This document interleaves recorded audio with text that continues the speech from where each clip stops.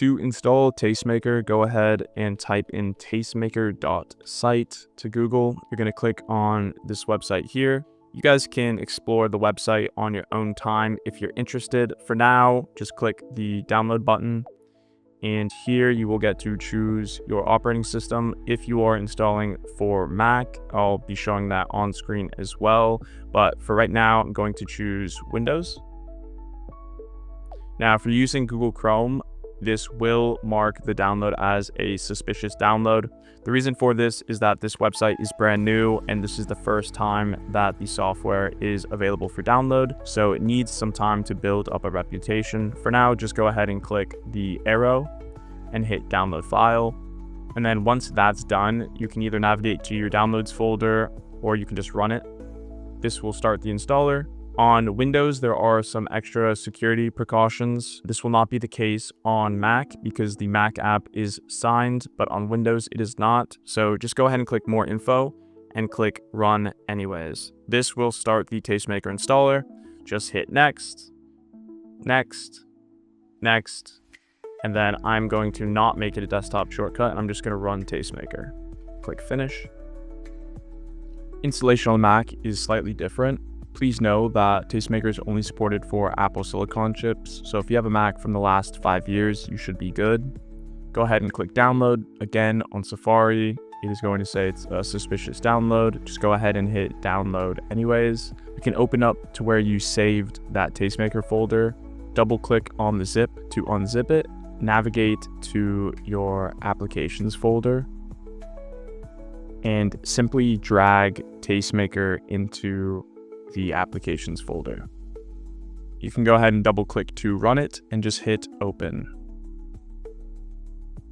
So you'll notice that every time you open up Tastemaker, you will be hit with a quote of the day from a bunch of different prolific creatives. I'm going to go ahead and full screen this, and you'll notice that we don't have any collections yet. You can click this plus button and you can choose to automatically create collections or to add collections manually. So just to give you some reference, in my documents, I have a folder called Visual Ref, and I've just grouped them into different folders.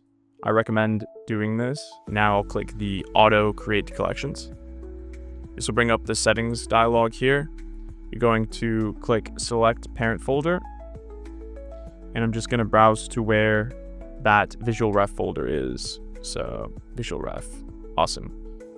And you're just going to select it. All right, so it's going to detect all of your subfolders. I'm going to uncheck one of the folders that I don't want to be added, and then you're going to click this Create Collections button. And now what this is doing is, rather than modifying the original files, it is creating thumbnails that will be populated into Tastemaker. You will only have to do this once for each folder, and it's pretty fast. As you see, I'll go ahead and exit out here, and you'll notice that my Tastemaker application has been populated with all the different collections that I had set up. I'm gonna go ahead and actually go into the settings, general, and switch on dark mode just so that it's easier to see everything. And now I'll give you an overview of how everything works. Right off the bat, you can manage your collections here. If you click on all images, it'll show every image that you have loaded into Tastemaker, as well as the names of the different folders that you have. Now, if you want to rename any of these folders at any time, you can just right click, rename, and I'll call this motion graphics. And now that will stay here. To the right of every collection, you will see how many images are in the collection. If you want to see your collections as a whole, you click on the Overview tab. If you want to go into a specific collection, you click on the associated name. You can go ahead and collapse this sidebar as well. And if you hover over these dots, it'll still show you the names of the collections. All right, so let me show you a couple things you can do. I'm going to go into the All Images collection. I'm going to collapse this sidebar here. First thing you can do is click this Shuffle button. All this will do is it will shuffle the gallery of the active collection. So I'm in the All Images collection, so it's going to just shuffle around all of the images that I have added. You can also go ahead and hit this Showcase mode. This was requested by a viewer. Essentially what it does is you click it, you select a collection that you want. I'm going to select the All Images collection. and it's just going to turn your Tastemaker app into a gallery that slowly slides down. This is great if you just want this to be playing on a second monitor, or maybe you want it in the back of a video. You can populate a collection with all of your work and then just kind of have this slide in the background. Pretty cool feature. You can stop this by clicking the pause button here and it'll return back to the normal mode. Okay, right now we don't have any tags, so let's begin by adding some tags. So what I'll do is I will find this image because this is my own work, and I'm gonna right click it, tag image, and I'm gonna create a new tag, and I'll call this my work, because this is my work. And so you'll notice when you hover over the image now, it has the associated tag. So maybe I want to tag this image with illustration. And I also want to tag it as my work. You'll notice that since I already created the my work tab, I can just click it here, or I can search for it. My work. Just click it. Now this image has 2 tags. So a way that you can actually view your images in a larger view is by actually clicking on them, and this will create an expanded view of the tags, and you can actually use your arrow keys to navigate between all of the different images in the collection. Escape will hop out of that, or you can hit the X button right here. All right, so one thing that's really cool about tags is that you can save your tags and you can export them. If you're running Tastemaker on multiple devices, like me, I have a Windows desktop computer, a Mac, and I also have a Windows laptop, and I have Tastemaker installed on all 3 of those devices, but I don't want to have to manually retag everything. So the cool thing that you can do is actually go into the settings. Under general, you'll see tag metadata safety, and this allows you to export or import tags. So I'm going to click manage, and you have 2 options here. You can either export tags or you can import tags. If you choose to export tags, you can name your tag. It'll save as a JSON file, and you can save that somewhere on your computer. I'll just name this tags December, and I'll save that. Now, before this video started, I actually exported a more built out set of tags. So I'm gonna actually import that right now. So I'll click import tags, go into my downloads folder, and I'll add those tags. And you'll notice that it imported 77 tags across my collections. So I'll exit out of here and I'll kind of show you what that looks like. So now if I go under my tags, you can see that I have a lot of different tags. For example, cell shade, my work, poster, and then you can also go ahead and filter by multiple tags at the same time. So for example, if I want to filter by posters and only my work, which is my posters, then it'll filter with both of those. So now that you understand how tags work, I can hit Control K or Command K on Mac, and that will open up a global search. This will allow you to search by either file name or by tags.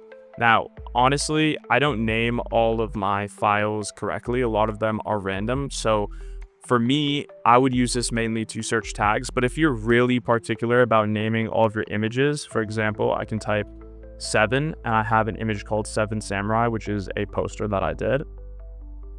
I can hit Command K again and I can search by specific tags. So I can have a hashtag my work, and then it'll show all of the images that are under that tag. And so you can slowly start to see how powerful this will be for quickly pinpointing where different sort of references are within Tastemaker.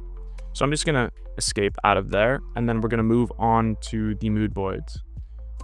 Let's go to the Moodboard options, and you have a few options here. You can dock a Moodboard on the right of the screen. You can dock a Moodboard on the bottom of the screen. And you can dock a Moodboard in its own separate window.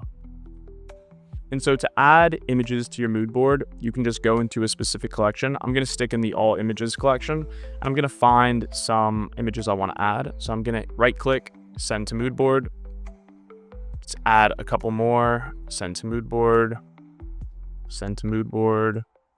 Awesome. I'm actually going to make this large so you can see it better.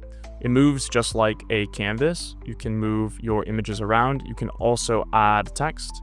So we'll say my Moodboard here. And like you'd expect in any other program, you can change the background fill. You can change it to have no fill. You can change the text color itself. And you can also align the text. as well as change the size of the text. You can hit Control D to duplicate any text. So rather than hitting add text every time, you can just duplicate an existing text, extreme, close up. And then you can also add shapes. So you can add circles, squares, rectangles. Of course, if you hold Shift, you can scale on proportion. I will get rid of the fill and I will keep this blue with a thicker width. I'll add an arrow, and you can drag the start and end point of an arrow, just like this. You can also change the width, like I mentioned. And so now you can actually create full storyboards if you'd like, and that's actually how I do it. If at any point you become too zoomed in or you lost your canvas, just go ahead and click this button that will fit the canvas to your screen quickly. You can disable the little dots in the background by clicking this.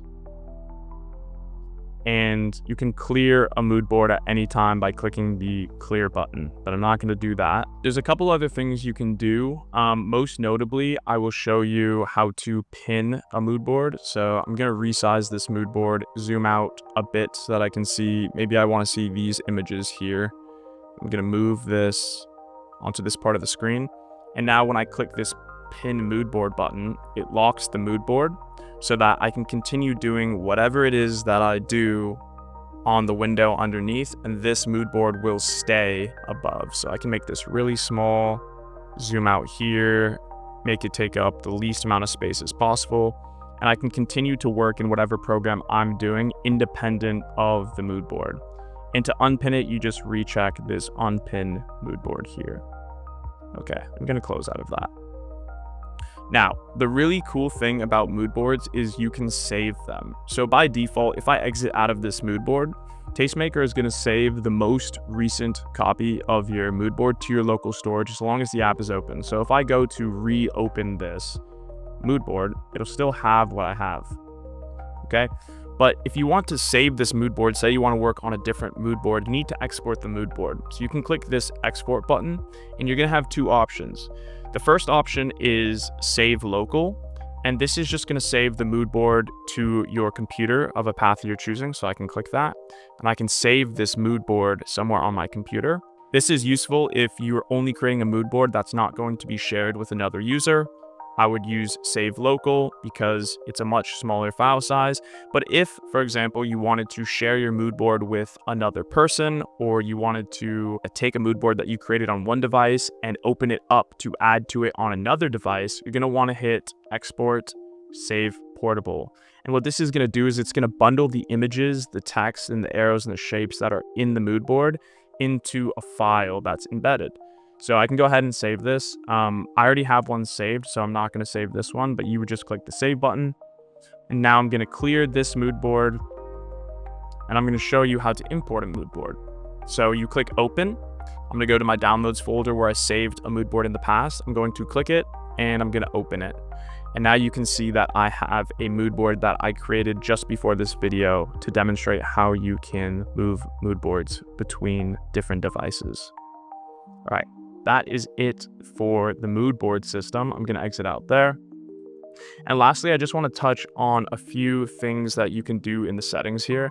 So of course, we talked about the toggling of the dark mode and light mode, as well as exporting tags. Now, inside of the collections folder, I told you how to automatically import collections, but you can manually import a collection. So for example, I was working on a project where I had to model a pool. So I'm going to create a new collection called pool ref, and then I'm going to select a folder where those images are located. So I will go here and I'll go into pool and I'll select that folder and I'll hit create collection. And now this new collection has been added. So now when I come over here, you'll see that pool ref has the reference images for the pool.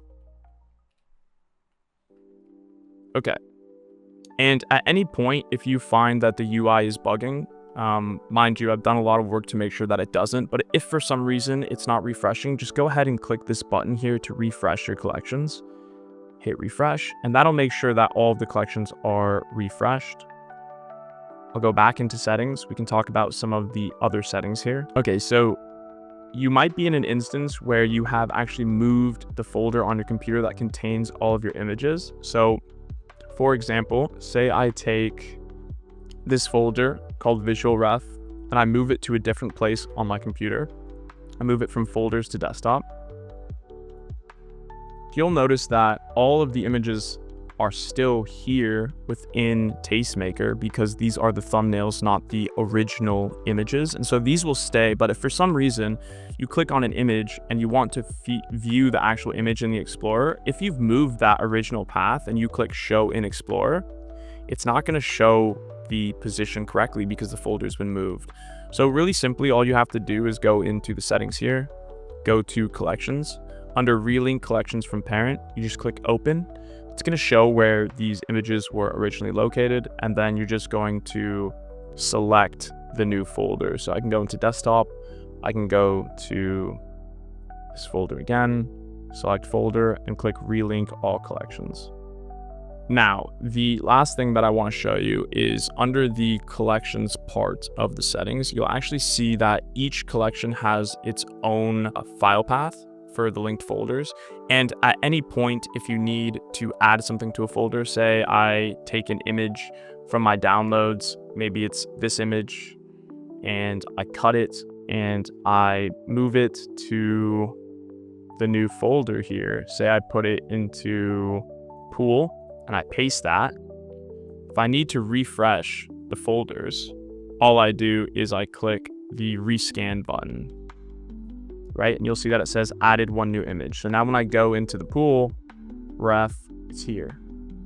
If at any point you are confused about if an image path is valid, you can just click this. It'll show you if you have any missing files. And then if there is, just make sure you either relink using this or you just refresh the collection. And so in this case, it automatically found some existing tags. So I'm going to restore these tags in the database. Awesome. All right, and then lastly, in maintenance, you'll probably never have to do this, but if for some reason a thumbnail is gone or you see an image that doesn't have a thumbnail, just go ahead and select regenerate thumbnails, and it'll just regenerate the thumbnails that you have. And if you've deleted some items from a collection, just go ahead and click scan for loose thumbnails. And you'll see that I have 300 loose thumbnails that can be removed, so I'm just gonna delete those. And that'll just free up some space on your computer. All right, and with that pretty much does it. I tried to cover as much as I could in a condensed period of time, but if you have more questions, you can simply just go to the docs section of the Tastemaker site, and it'll show you in depth how to do everything that I explained with some more, as well as some keyboard shortcuts that I might have missed out on. If you have any questions or you want to submit some feedback or report a bug, you can click the feedback section of the page and click send feedback. Please do not spam this. This is a one-person team going on. I already have a lot on my plate, so I will get to those as soon as I can. With that said, can't wait to see what you guys do with it. I hope it is as useful in your creative process as it is to mine. And at the very least, if you just want to put all your work up here and view it in a super cool way, that's totally fine too. Use it how you see fit. Thank you guys so much, and I'll see you in the next one.